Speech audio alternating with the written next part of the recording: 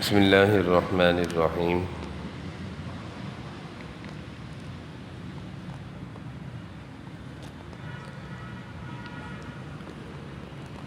فرمایا ہمارے دنیاوی مقاصد بھی اسلام ہی کی طرف راجع ہیں۔ مثلاً ایک شخص نماز پڑھ رہا ہے اور اس وقت اس کے سامنے ایک اندھا آدمی کنویں پر آ رہا ہے اور خطرہ ہے کہ وہ نابینا جو ہے وہ کنویں میں گر جائے گا۔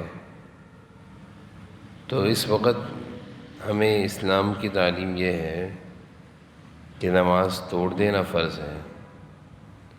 نماز بھی فرض ہے لیکن اس نابینے کو بچائے، کیونکہ حفاظت جان مسلم بھی دین ہے، یعنی کسی مسلمان کی جان کو بچانا بھی تو دین ہے۔ اور یہ ایک ایسا حکم ہے کہ کسی مسلمان کی جان بچانا کہ اس میں کوئی رشتہ داری نہیں ہے، نہ ہی کوئی دوستی ہے، بلکہ ہر مسلمان کی جان بچانا فرض ہے، حتیٰ کہ دشمن کی جان بچانا بھی فرض ہے۔ شریعت کا حکم یہ ہے کہ اگر تمہارا کوئی دشمن بھی کنویں میں گرتا ہو یا کوئی اس کو قتل کرتا ہو تو اس کو بچانا حسب طاقت واجب ہے۔ اور غور کرنے سے معلوم ہوتا ہے کہ ہر شخص کے لیے اپنی جان کی حفاظت دین ہے، کیونکہ جان ہماری نہیں ہے، یہ اللہ کی امانت ہے۔ اس کو حکم الہی کے موافق خرچ کرنا چاہیے۔ اگر کسی جگہ جان کو خطرے میں ڈالنا جائز نہ ہو، جان کی حفاظت فرض ہے۔ یہ حضرت کا ایک ملفوظ ہے جو میں نے پڑھا ہے اور کافی حد تک بات واضح ہو گئی ہوگی۔ پہلی بات حضرت نے یہ فرمائی کہ اسلام کی جامعیت کیا ہے۔ ہم یہ نہ سمجھیں کہ اسلام صرف ہمیں عبادتوں کا حکم دیتا ہے کہ بس عبادت اچھی کرو، کسی کی جان کا نقصان ہو، کسی کے مال کا نقصان ہو، کسی کی عزت کا نقصان ہو، کوئی پرواہ نہیں ہے۔ ایسا نہیں ہے، بلکہ حضرت نے مثال دے کر سمجھایا کہ اگر کوئی آدمی کنویں میں گر رہا ہے، اندیشہ ہے، نابینا ہے کہ وہ کنویں میں گر جائے گا، اور ہم نماز فرض ادا کر رہے ہیں، تو اس وقت فرض یہ ہے کہ اس کی جان بچائیں۔ جان بچانا اس وقت فرض ہو گیا، فرض کو چھوڑنا، یعنی نماز فرض ہے، اس کو توڑے اور مسلمان کی جان بچائے۔ بعض دفعہ ہمیں یہ گھمنڈ ہوتا ہے کہ میں تو بہت ساری عبادت کرتا ہوں اور میں تو بہت سارے نمازوں روزوں کا پابند ہوں اور میری تو عبادت بہت زیادہ ہے، میری عبادت میں بہت مصروفیت ہے۔ تو اس عبادت کی مصروفیت کی وجہ سے ہم بہت سارے حقوق چھوڑ دیتے ہیں، یعنی وہ حقوق جن کا تعلق ہماری ذات سے ہے، جیسے بیوی بچے کے حق، بیوی بچوں کے حقوق ہیں، والدین کے حقوق ہیں، بہن بھائیوں کے حقوق ہیں۔ اب ہم نے کیا سوچا کہ میں تو عبادت کر رہا ہوں، میرا تو سارا وقت عبادت میں دین کے کام میں گزرتا ہے، اور ادھر بیوی بیمار ہے، میں تو اپنی عبادت اور دین کے کام میں مصروف ہوں۔ تو یہ جو ہماری عبادت ہے اس وقت یہ عبادت نہیں ہے۔ اس وقت حکم یہ ہے کہ ہم اپنی عبادت کو مختصر کریں اور اپنے گھر والوں کی دوائی لیں، ان کی دیکھ بھال کریں۔ ہم عبادت میں مصروف ہیں، والدین کو ہماری ضرورت ہے اور ہم مصروف ہیں عبادت میں، تو اس وقت کی عبادت یہ ہے کہ ہم اپنی عبادت کو مختصر کریں اور والدین کے پاس جا کر ان کی خدمت کریں۔ ہم عبادت میں مصروف ہیں، ہماری عبادتیں چل رہی ہیں، مثال ہے ہم اپنے پیسوں سے حج عمرے کر رہے ہیں، تو حج اور عمرہ تو بڑی عبادت ہے، نفلی حج کر رہے ہیں، نفلی عمرے کر رہے ہیں، لیکن ہمارے قریبی رشتہ دار کو اس وقت ضرورت ہے، محتاج ہے کہ ہم اس کی مدد کریں، تو حکم یہ ہے کہ اپنی نفلی عبادت جو ہر سال حج اور عمرے کی ہو رہی ہے اس کو موقوف کیا جائے، آئندہ سالوں میں کر لیا جائے، اور اس وقت ان پیسوں سے اپنے قریبی رشتہ دار کو فائدہ پہنچایا جائے۔ بلکہ ہم نے یہاں تک سنا کہ بعض علماء جو ہر سال عمرے پہ جاتے تھے، تو ایک سال رمضان میں ایسا آیا کہ کسی علاقے کے مسلمانوں پر بہت سخت پریشانی تھی، تو وہ عالم دین جو ہر سال عمرے پہ جاتے تھے، انہوں نے ایک اعلان کیا کہ اس سال میں عمرے پہ نہیں جاؤں گا، کیونکہ میرا عمرہ نفلی ہے، اور میں اس نفلی عبادت کو چھوڑ کر جو میرے عمرے کے پیسے ہیں جمع کرتے تھے، یہ پیسے فلاں جگہ کے مسلمان پریشان ہیں ان پر خرچ ہوں گے۔ اس کو کہتے ہیں دینی علم، دینی علم، دین کی سمجھ۔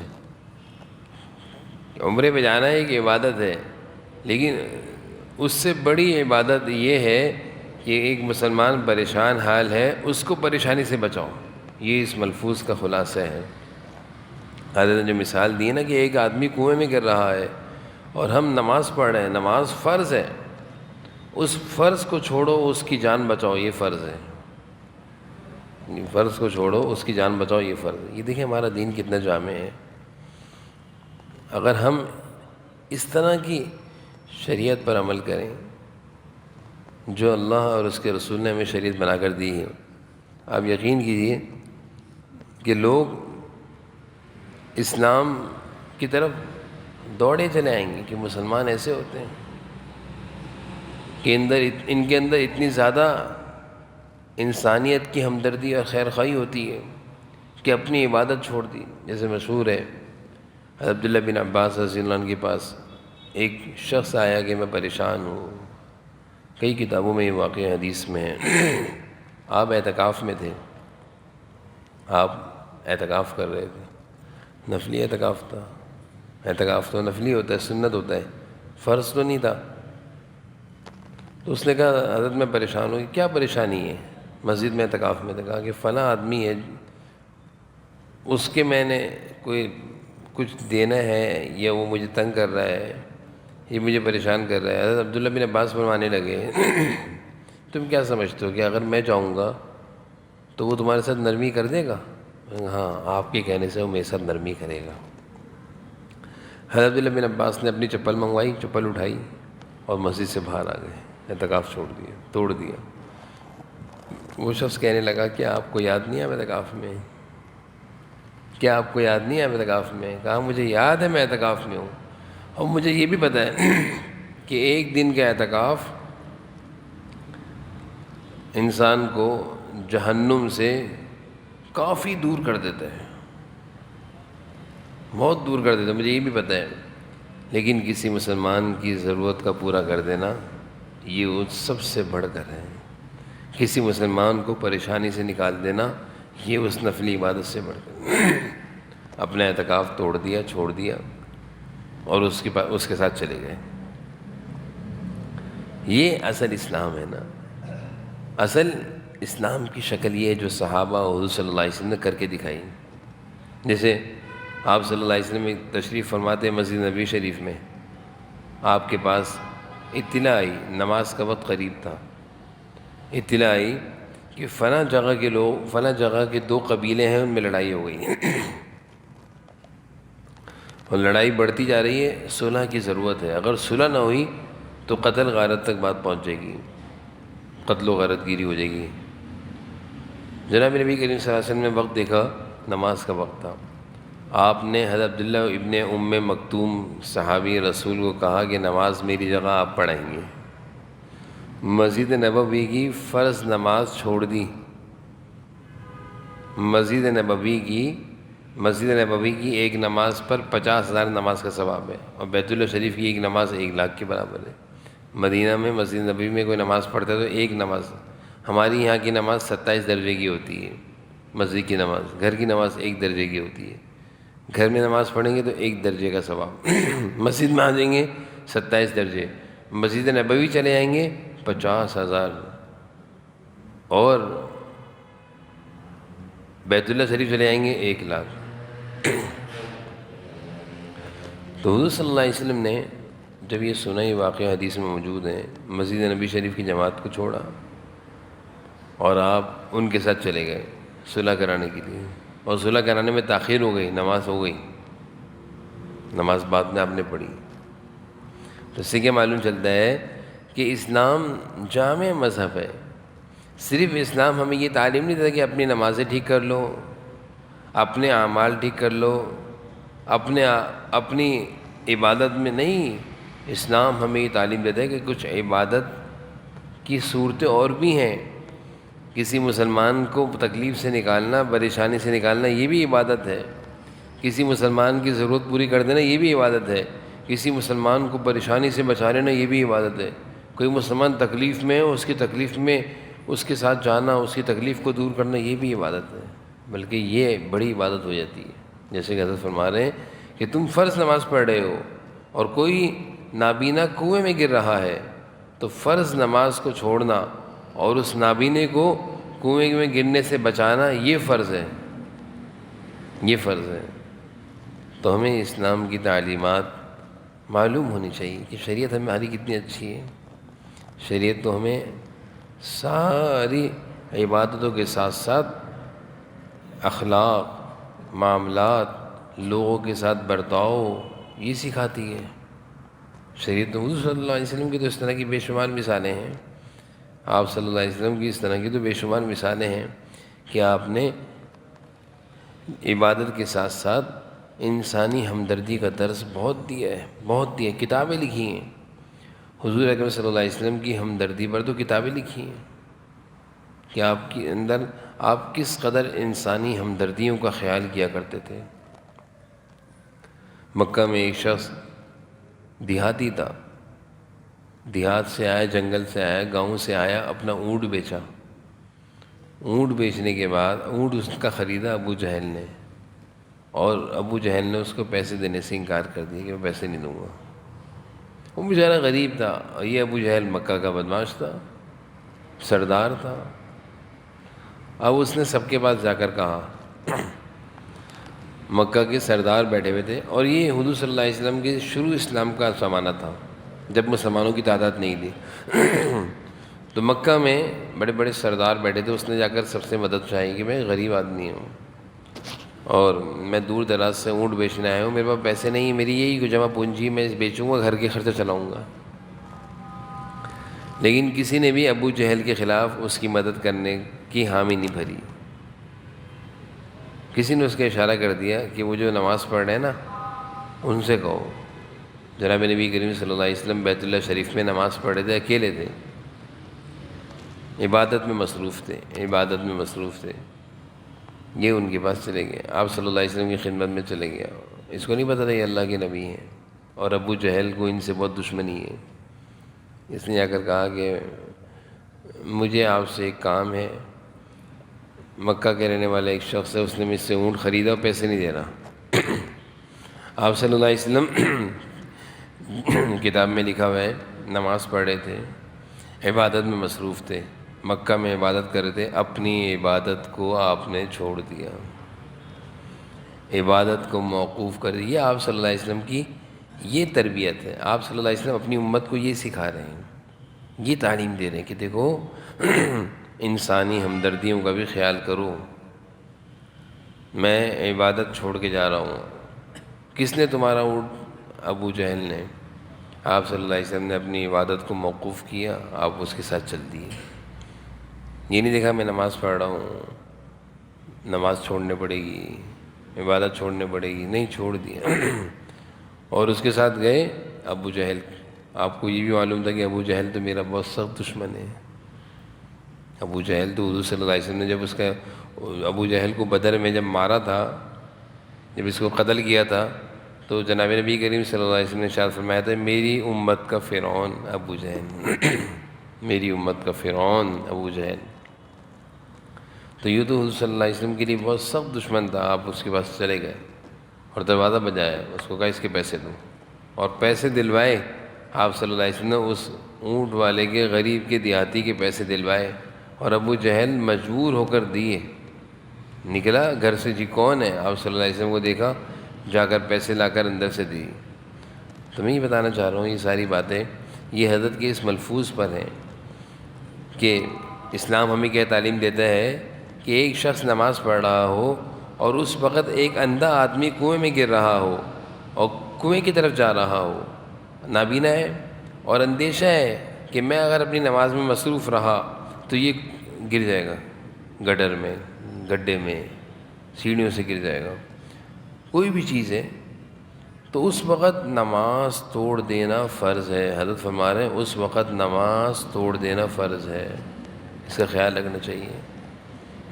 گھر میں نماز پڑھ رہے ہیں، آواز دی والد نے، والدہ نے، پریشانی میں آواز دی، محسوس ہو رہا ہے کہ پریشان ہیں تو فوری نماز توڑ دیں۔ بیوی نے آواز دی، پریشان معلوم ہو رہی ہے، بھائی نے آواز دی، پریشان معلوم ہو رہا ہے، آواز سے دیکھیں آواز سے اندازہ ہو جاتا ہے کہ یہ پریشانی میں، تو نماز توڑ دینا فرض ہے۔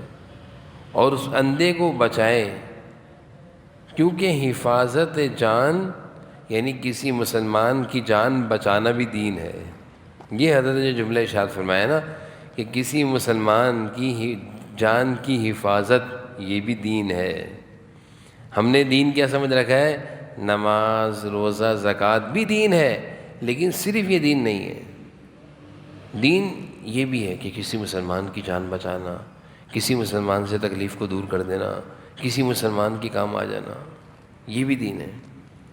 مسلمانوں کی یہ بھی کام تھے، مسلمان یہ کام بھی کیا کرتے تھے۔ آج مسلمانوں نے ان کاموں کو چھوڑ دیا تو دوسری NGOs، دوسری تنظیمیں آ گئیں، دوسری تنظیموں نے آ کر یہ کام پکڑ لیا، انسانی ہمدردی، انسانی خدمت۔ انسانی ہمدردی ان کے دلوں میں نہیں ہے، ان کا مقصد مسلمانوں سے ایمان کھینچنا ہے۔ اب کیا ہوتا ہے، ہم نے سنا کہ پسماندہ علاقوں میں وہ NGOs والے جاتے ہیں غریبوں کے پاس، اور وہ غریب آدمی تو بیچارہ پریشان ہوتا ہے، اس کو ایک بکری دیتے ہیں اور ایمان کا سودا کر لیتے ہیں، یا قادیانی ہو جاؤ، عیسائی ہو جاؤ۔ بعض جگہ کے بارے میں تو یہاں تک معلوم چلا کہ وہ NGOs والے کہتے ہیں کہ تمہاری ضرورت تو تمہارے اللہ نے پوری کی نہیں ہے، نعوذ باللہ، نعوذ باللہ، تمہاری ضرورت تو تمہارے اللہ نے پوری کی نہیں ہے، اس لیے تم عیسیٰ مسیح کو خدا مان لو، اگر تم عیسیٰ مسیح کو خدا مانو گے تو یہ لو بکری۔ اب وہ غریب بیچارہ، فقیر، محتاج، اس کا تو ایمان ویسے ہی کمزور ہے، وہ کہتا ٹھیک ہے روٹی ملنی چاہیے۔ تو یہ کام مسلمانوں کے تھے۔ مسلمان کسی کی ضرورت پوری کرے گا تو اس کو اللہ اور اس کے رسول کا نام سکھائے گا کہ بھائی نماز پڑھا کرو، لیکن مسلمانوں نے اپنے عبادت کو ایک طرف محدود کر دیا۔ تو حضرت کتنی بڑی بات ارشاد فرما رہے ہیں، یہ بات سمجھنے کی ہے کہ کسی مسلمان کی حفاظت، اس کی جان کی حفاظت بھی دین ہے، وہ بھی دین ہے۔ اور آگے فرمایا کہ اس حفاظت میں رشتہ داری کی قید نہیں ہے کہ رشتہ دار ہوں گے تو حفاظت کروں گا، اس کے کام آؤں گا، نہ۔ دوستی کی بھی قید نہیں کہ دوست ہوگا تو اس کی جان بچاؤں گا، اس کے کام، بلکہ ہر مسلمان کی جان بچانا فرض ہے۔ حضرت فرماتے ہیں ہر مسلمان، چاہے وہ رشتہ دار ہو یا نہ ہو، چاہے وہ دوست ہو یا نہ ہو، بس مسلمان جان بچائیں۔ یہ حضرت نے بڑی اہم بات ارشاد فرمائی۔ پھر آگے فرمایا کہ غور کرنے سے معلوم ہوتا ہے کہ ہر شخص کے لیے اپنی جان کی حفاظت دین ہے، کیونکہ جان ہماری نہیں۔ یہ آگے بڑی اہم بات ہے، یہ خدا کی امانت ہے، اس کو حکم الہی کے موافق خرچ کرنا چاہیے۔ اگر کسی جگہ جان کو خطرے میں ڈالنا جائز نہ ہو، جان کی حفاظت فرض ہے۔ اب ہمیں اللہ تعالیٰ نے جسم دیا ہے، ہاتھ دیے ہیں، پاؤں دیے ہیں، آنکھیں دی ہیں، یہ اللہ کی امانت ہے، ہم اس کے مالک نہیں ہیں، اس لیے جب اللہ کی امانت ہے تو اس کی حفاظت بھی ضروری ہے۔ یہ مثال ہے، میں اپنی کوئی چیز کسی کے پاس امانت رکھواؤں تو وہ امین ہے، اس کی ذمہ داری ہے کہ میری چیز کی حفاظت کرے، اس کی ذمہ داری ہے ضائع ہونے سے بچائے میری چیز، کیونکہ میں نے اس پر اعتماد کیا ہے کہ بھائی یہ میری چیز تم اپنے پاس رکھو، میں تم سے لے لوں گا، میں نے اس پر اعتماد کیا ہے کہ یہ میری چیز کی حفاظت کرے گا۔ اسی طرح یہ جان، یہ جسم، یہ آنکھ، یہ ہاتھ، یہ پاؤں، اللہ تعالیٰ نے ہمیں امانتاً دی ہیں یہ چیزیں، اس لیے شریعت کا حکم ہے کہ کوئی شخص ان چیزوں کا مالک نہیں ہے، مثلا کوئی کسی کو اپنی مرضی سے آنکھ گفٹ کرنا چاہے کہ میری آنکھ فلاں کو گفٹ ہے، بس تم اپنے آنکھ کے مالک تو نہیں ہو، یہ تو اللہ کی دی، اللہ کی آنکھ ہے، اس لیے اس کو علماء نے ناجائز قرار دیا ہے۔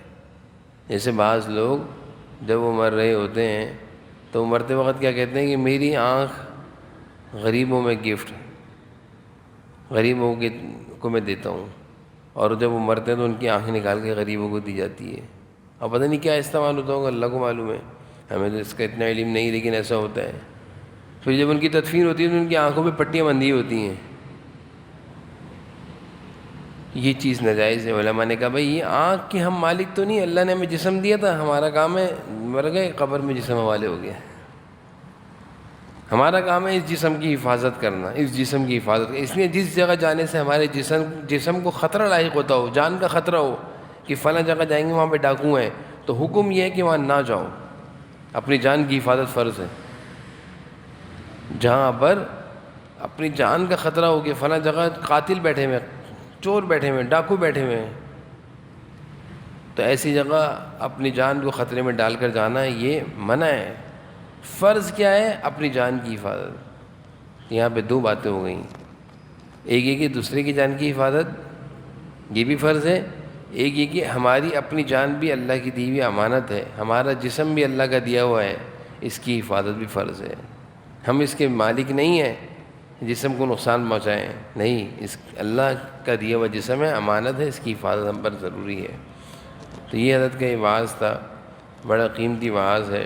اس وعظ سے ملفوظ سے ہمیں یہ بات سمجھ میں آ گئی کہ دوسروں کی بھی جان کی حفاظت اور اپنی بھی جان کی حفاظت کرنی ہے، دوسروں کو بھی تکلیف سے بچانا ہے اور اپنے آپ کو بھی تکلیف سے بچانا ہے۔ اللہ تعالیٰ ہمیں عمل کی توفیق نصیب فرما دے۔ ذکر کر لیتے ہیں۔